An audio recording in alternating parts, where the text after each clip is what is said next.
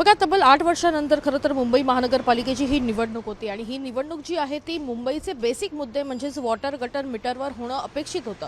मात्र तरी देखील हे मुद्दे बाजूला सारून प्रांतीयवाद, भाषिकवाद आणि खास करून अदानी हा मुद्दा जो आहे तो महत्त्वाचा आणि केंद्रबिंदू ठरलेला होता. आणि याच एकूण मुद्द्यांच्या संदर्भात प्रेझेंटेशन देखील सभेच्या माध्यमातून आपल्याला बघायला मिळालं होतं.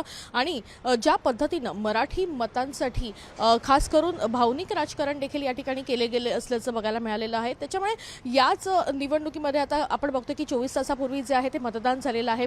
त्या मतदानामध्ये भावनिक राजकारण हे उजवं ठरलं का, हे खरं तर आजच्या या निकालामधून स्पष्ट होणार आहे.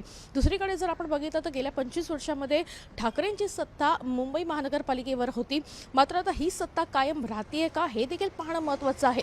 कारण एकीकडे एक्झिट पोल जर आपण बघितले तर त्या एक्झिट पोलमध्ये जवळपास 135 ते 160 या जागा ज्या आहेत त्या महायुतीला मिळणार असल्याचं स्पष्ट होत आहे. त्याच्यामुळे 25 वर्षाचं हे राजकारण बाजूला सारून आता भाजपचा पहिला महापौर त्या ठिकाणी बसणार का, हे देखील पाहणं तितकंच महत्त्वाचं आहे. मात्र ठाकरे बंधूंनी आपल्या एकूणच सभेच्या माध्यमातून, रॅलीजच्या माध्यमातून, चौक सभा ज्या आहेत त्यांच्या माध्यमातून या सगळ्या गोष्टी ज्या आहेत त्या लोकांसमोर मांडण्याचा प्रयत्न केलेला आहे.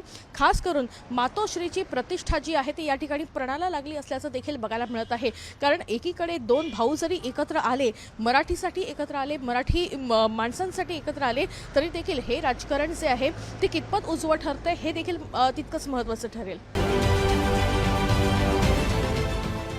देश विदेशातील प्रत्येक घडामोडींचे लाईव्ह अपडेट मिळवण्यासाठी आता साम टीव्हीच्या सर्व सोशल मीडिया प्लॅटफॉर्मला लाईक, फॉलो आणि सबस्क्राईब करा. तसंच सर्व नोटिफिकेशनसाठी बेल आयकॉन प्रेस करायला विसरू नका.